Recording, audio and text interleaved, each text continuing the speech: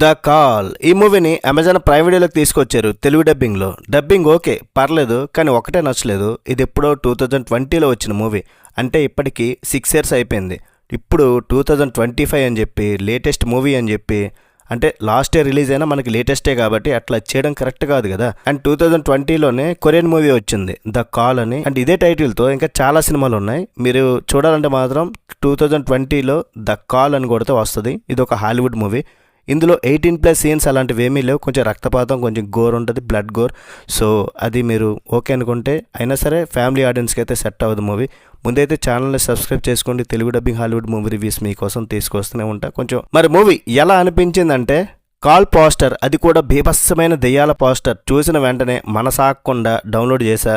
మరి మూవీ చూశాక నాకైతే కాల్ అన్నందుకు ఈ సినిమా చూశాక నాకైతే బాగా కాలింది భయ్య.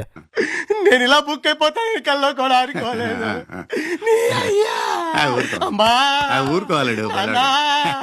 నేను వెళ్ళిపోతా. కాల్ కాదు, దీని జోలికి వెళ్ళకూడదు అసలు. ఒకవేళ ఏదీ తెలియకుండా చూస్తే మూర్చపోయి ఏదో కాలు చెయ్యి పోవడం గ్యారంటీ. హర్రర్ సినిమాలు అంటే మనకు గుర్తొచ్చే 2 పేర్లు ఏంటి? ఒకటి సా సినిమాలో ఆ సైకో తాత టోబిన్ బెల్ ఉంటారు. ఇంకోటి 2 ఇన్సీడియస్. ఈ సినిమాలో దెయ్యాలతో ఆడుకునే ఆ బామ్మ లిన్ షాయే.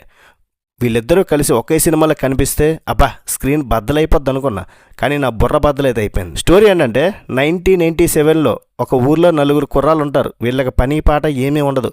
ఊళ్ళో ఒక ముసలావిడ, అదే మన ఇన్సీడియస్ బామ్మ ఉంటే ఆవిడని మంత్రగత్తని ఫిక్స్ అయిపోయి ఆవిడింటి అద్దాలు పగలగొట్టడం, ఆవిడని విసిగించడం చేస్తుంటారు. ఒకరోజు ఆ బామ్మ వీళ్ళ టార్చర్ తట్టుకోలేక పైకి పోద్ది. అప్పుడే ఎంటర్ అవుతాడు మన సాతాత, బామ్మ మొగుడనమాట. వాడు ఏం చేశాడన్నది చూడాలి.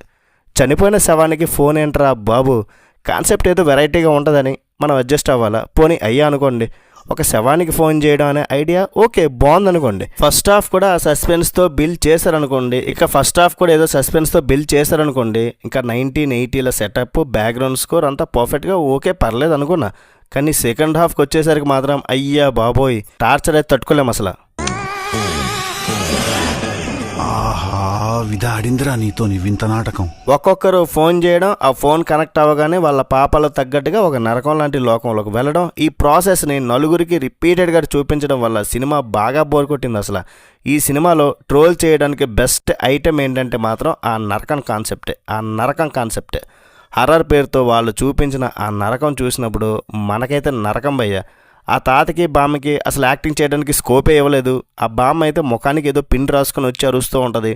టెక్నికల్గా కూడా మూవీ బిలో యావరేజ్గా ఉంది. సో ఫైనల్గా ఈ మూవీకి రేటింగ్ ఇవ్వాలంటే మాత్రం 1.5/5.